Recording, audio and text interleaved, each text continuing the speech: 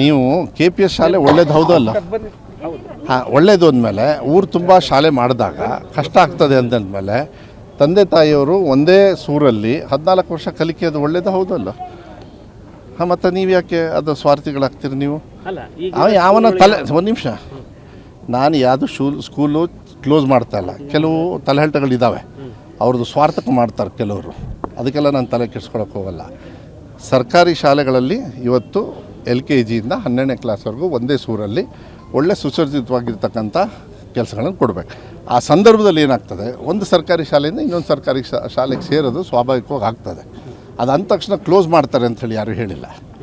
ಅದು ನೀವು ಮಾಧ್ಯಮದಲ್ಲಿ ಹಾಕಿತಾ ಇದ್ದೀರಿ, ಯಾರೋ ತಲೆಹಂಟುಗಳು ಹೇಳಿದಾಗ. ಯಾವುದೇ ಕಾರಣಕ್ಕೂ ಸರ್ಕಾರಿ ಶಾಲೆ ಅದು ಕ್ಲೋಸ್ ಮಾಡಲ್ಲ. ಬಟ್ ನಾವು 2 ವರ್ಷದ ಹಿಂದೆಯೇ ನಿಮಗೆಲ್ಲ ಗೊತ್ತಿದೆ, 6,000 ಗ್ರಾಮ ಪಂಚಾಯಿತಿಗಳಲ್ಲಿ 6,000 ಸರ್ಕಾರಿ ಶಾಲೆಗಳನ್ನು KPS ಶಾಲೆಗಳನ್ನ ಮಾಡ್ತೀವಿ ಅಂತ ಹೇಳಿದ್ವೋ ಇಲ್ಲ? ಹಾಂ, ಮತ್ತು ಅದು ನಡೆಸೋದಕ್ಕೆ ಏನಂತೀಗ? ನಾನು ನಡೆಸೋದು ನಾವು ಮಾಡಲಿಲ್ಲ ಅಂದರೆ ಏನಂತೀರಿ? ನೀವು ಹೇಳಿದ್ರಿ ಅಂತೀರಿ, ಇಲ್ಲಿ ಮಾಡಬೇಡ್ರಿ ಅಂತೀರಿ. ಅದಕ್ಕೆ ಹೇಳೋದು, ಮಾಡೇ ಮಾಡ್ತೀವಿ. ಎಲ್ಲ ಇದರೊಳಗೆ ಅವರಿಗೆ ಟ್ರಾನ್ಸ್ಪೋರ್ಟೇಷನ್ನು ಕೂಡ ಕೊಡ್ತೀವಿ.